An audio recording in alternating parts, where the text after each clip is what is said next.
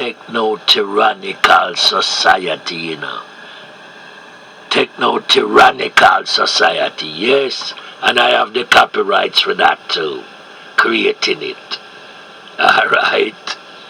So, yeah, so when Uno watch Jeopardy on television and all that, make sure say Uno tell them and ask them about the techno-tyrannical society. Ask them about who have the copyrights for creating that term. Ask them if them who have the copyrights for creating reggae. So the copyrights here too. Yeah man. Who change a word that change a culture? Straight to reggae. Ask them about all of that. And make sure say them put it pan Jeopardy. And make sure say them put it pan all of the television shows them. If them a try for show no something. If them no show no that as the truth, then them not say nothing. Babylon's genocidal plans to enslave humanity and to destroy humanity. Here's a plan, an orchestrated plan by some, especially those we have all the wealth and the resources to destroy those with them no like. Yeah man, techno-tyranny. Don't you see it happen in the United States right now and all over the world? Don't you see it happen?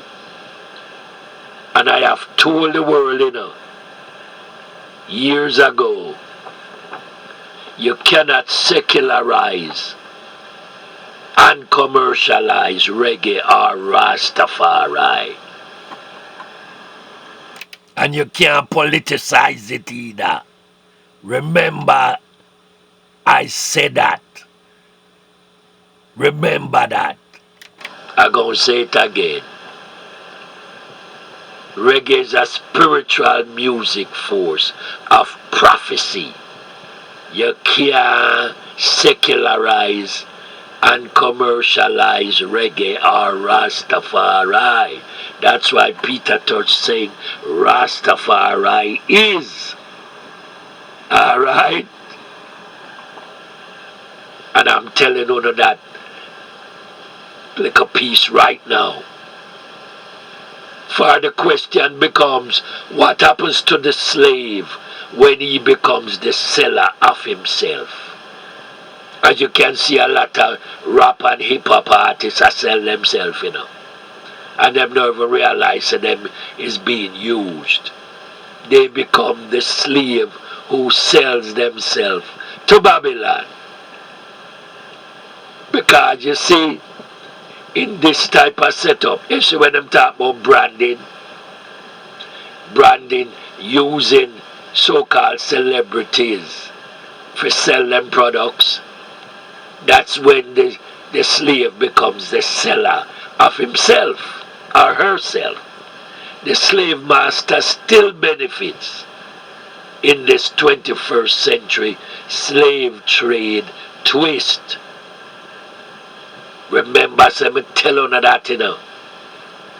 You never know this before, but I have said it many times, published it many times. As a matter of fact, one of the first time I published it was in 2013. Yeah, man. I have the record to reflect that. But what happens to the slave when he becomes the seller of himself? Check that out. And black people needs to look at that. How many black people, youths them in America, really listen to reggae and know what we are talking about? And at the same one them what fail to see how them a build the chains around themselves. And we sing about it and tell them, you know, no chains around my feet, yet I'm not free. Concrete jungle. We send the messages to them. And yet still them give into and get sucked into Babylon's ways. and become the seller of themselves. Under what the slave master twist and turn and call it branding. Yeah, man.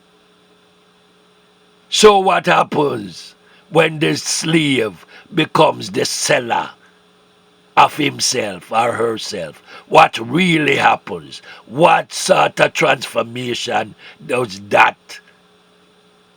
What form of morphism happens after that? In a crucial way, especially those who call themselves celebrities. We are work for Babylon. Babylon give them some chicken feed money, and yet in turn Babylon make millions and trillions off of them. The slave becomes a seller of himself. Check that out. I am Cardo, and all these works are copyrighted. Beware.